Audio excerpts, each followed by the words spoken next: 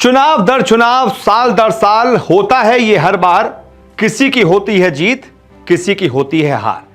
तो चुनाव 2024 में आखिरकार कौन विनर्स बनकर निकले और कौन लूजर्स बनकर निकले, इस पर बात कर लेते हैं। वैसे तो ये चुनाव एक तरीके से कह सकते हैं कि एनडीए जीता है। एनडीए की सरकार अगर बन रही है, एनडीए को बहुमत मिला है, 294 सीटें मिली हैं, तो हम कहेंगे एनडीए जीता है। लेकिन इसको आप दूसरे नजरिए से देखेंगे तो आप कहेंगे एनडीए हारा है, इंडिया जीता है। इसके बहुत सारे कारण हैं। इंडिया जीता है ये कहने के बहुत सारे कारण हैं, और एनडीए हारा है इसको कहने के भी बहुत सारी वजहें हैं। तो आखिरकार क्यों यह जीत बहुत मायने रखती है इंडिया के लिए, और इंडिया के कुछ ऐसे लोग हैं, कुछ ऐसे चेहरे हैं जो वाकई बहुत बड़े विनर्स बनकर निकले हैं। पहले इस पर बात करते हैं, इंडिया के विनर्स कौन रहे, और उसके बाद बीजेपी के लूजर्स कौन रहे, इस पर भी बात करेंगे। बाकायदा फैक्ट के साथ मैं बताऊंगा कि क्यों हम इन्हें विनर्स कह रहे हैं और बीजेपी के कुछ ऐसे नेता हैं जो लूजर्स साबित हुए हैं। सबसे पहले बात इंडिया के सबसे बड़े विनर की। एक ही चेहरा है भाई, राहुल गांधी। क्यों हमें इनको विनर कहना पड़ रहा है? इन्होंने वो वजह दी है कि हमें इन्हें विनर मानना पड़ रहा है। पिछले चुनावों में 52 सीटें थी कांग्रेस की, 52। सरकार बन नहीं पाई थी। सबने कहा कि इस बार भी बहुत ज्यादा कुछ खास होगा नहीं, उम्मीद थी कि थोड़ी सीटें बढ़ेंगी। लेकिन 52 से सीधा 99 राहुल गांधी अपनी कांग्रेस को पहुंचा देंगे। 47 सीटों को ज्यादा जीतेंगे, ये किसी ने उम्मीद नहीं की थी। इसीलिए अगर इस चुनाव के कोई सबसे बड़े विनर है, राहुल गांधी है, जिन्हें वाकई में आप विनर कह सकते हैं। अपने बलबूते पार्टी को 52 से 99 पहुंचाया है। तो सबसे बड़े विनर कौन हुए? राहुल गांधी। इन्हीं के दूसरे विनर, इंडिया के दूसरे विनर अखिलेश यादव। सबने वाइप ऑफ कर दिया था, कहा था पिछली बार 5 सीटें जीती थी, वो भी बीएसपी के साथ मिलकर लड़े थे तब जीती थी। इस बार तो इनका सुपड़ा ही साफ हो जाएगा। कहां 5 सीटें, कहां अपने बलबूते 37 सीटें। यूपी से इन्होंने बीजेपी का सुपड़ा साफ कर दिया। 30 सीटें माइनस हुई है बीजेपी, सिर्फ और सिर्फ अखिलेश यादव की इस परफॉर्मेंस की वजह से। विनर तो ये हुए, असली विनर राहुल गांधी भी हुए, तो अखिलेश यादव भी विनर हुए, क्योंकि अपनी पार्टी को 5 सीटों से सीधा 37 सीटों तक पहुंचा दिया। 32 सीटें प्लस करवाई हैं। इतिहास की समाजवादी पार्टी की सबसे बड़ी जीत अखिलेश यादव की वजह से आई है। तो भाई कौन हुआ विनर? अखिलेश यादव। आगे बढ़ते हैं। तीसरा विनर इंडिया का ममता बनर्जी। भाई दीदी ने खेल कर दिया बंगाल में। बीजेपी ने सोचा था उल्टा दीदी के साथ खेल कर देंगे, दीदी ने बीजेपी के साथ ही खेल कर दिया। पिछले चुनाव में दीदी जीती थी 2019 में 22 सीटें, और इस बार ममता बनर्जी जीती हैं 29 सीटें। 7 सीटें प्लस हुई हैं। बीजेपी को 12 सीटें माइनस करवा दी। यह था जादू ममता बनर्जी का पश्चिम बंगाल में। इसी की वजह से बीजेपी एनडीए दोनों को झटका लगा। उम्मीद के मुताबिक प्रदर्शन नहीं हो पाया और विनर के तौर पर साबित हो गई ममता बनर्जी। आगे बढ़ते हैं। शरद पवार, यह भी एक बहुत बड़े विनर रहे इस चुनावों में। कुल सीटें जीती हैं इनकी पार्टी ने एनसीपी एसपी। पिछली बार जब इनकी पार्टी थी सिर्फ एनसीपी थी, 5 सीटें जीती थी, लेकिन फिर वो टूट गई थी। अजीत पवार ने अपनी अलग एनसीपी ले ली और फिर एनसीपी एसपी बनी इनकी पार्टी। पहली बार चुनाव लड़ा, एक तरीके से पहली बार में ही 8 सीटें। क्या बात है, ये हुए ना विनर। इन्होंने साबित करके दिखाया कि आखिरकार क्यों महाराष्ट्र की पॉलिटिक्स में बहुत बड़ा नाम है शरद पवार। आप इन्हें वाइप ऑफ नहीं कर सकते। अगला विनर इंडिया का उद्धव ठाकरे। पार्टी टूट गई इनकी भी। जो हाल एनसीपी का हुआ, इनका भी यही हुआ। इनकी भी पार्टी टूट गई। एकनाथ शिंदे ने अलग शिवसेना ले ली, जो मेन शिवसेना थी एकनाथ शिंदे ने ले ली। इनको कोर्ट में जाना पड़ा, अपनी अलग पार्टी बनानी पड़ी उद्धव ठाकरे वाली शिवसेना करके। पहली बार चुनाव लड़ा, 9 सीटें जीत गए। 9 सीटें अगर आप ओवरऑल परिप्रेक्ष्य में देखेंगे बहुत मायने रखती हैं 9 सीटें। और महाराष्ट्र में सियासत जाने के बाद, मुख्यमंत्री पद गंवाने के बाद, एक टूटा हारा एक नेता फिर से खड़ा हुआ, लड़ा चुनाव, और क्या दमदार लड़ा, 9 सीटें जीत ली। तो जो उठकर खड़ा हुआ उसे कहते हैं हम विनर। आगे बढ़ते हैं। तेजस्वी यादव, यह भी इस चुनाव में एक विनर की भूमिका में निकले हैं, क्योंकि जीत ही जीत मिली है, इन्होंने हारा कुछ नहीं है।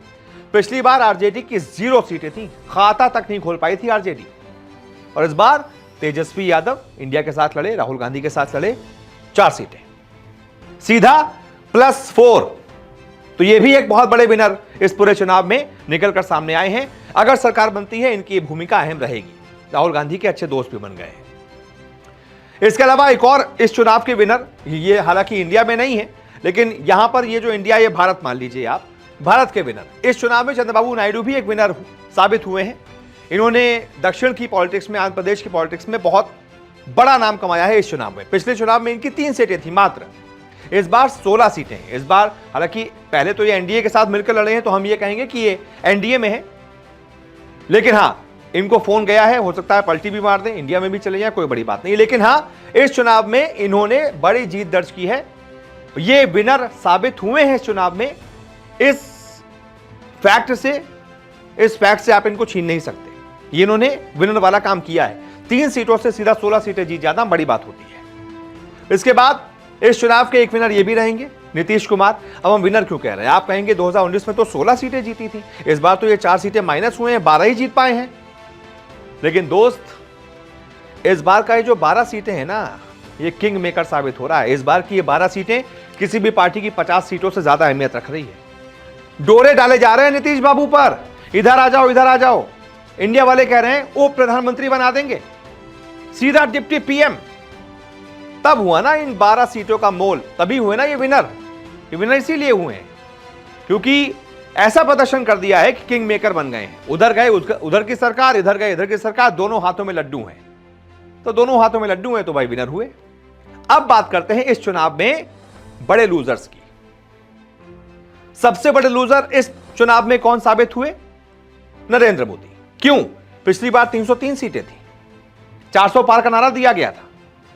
हालांकि 400 पार का नारा पूरे एनडीए के लिए दिया गया था, उसमें बीजेपी भी थी।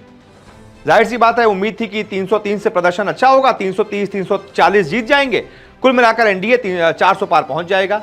लेकिन नरेंद्र मोदी के चेहरे पर बीजेपी इस बार वो प्रदर्शन नहीं कर पाई जैसा कि उसने उम्मीद की थी। लोगों ने पिछले बार से एक तरीके से कम पसंद किया, कम वोट दिए, हरा दिया, इसलिए सीटें हो गई 240।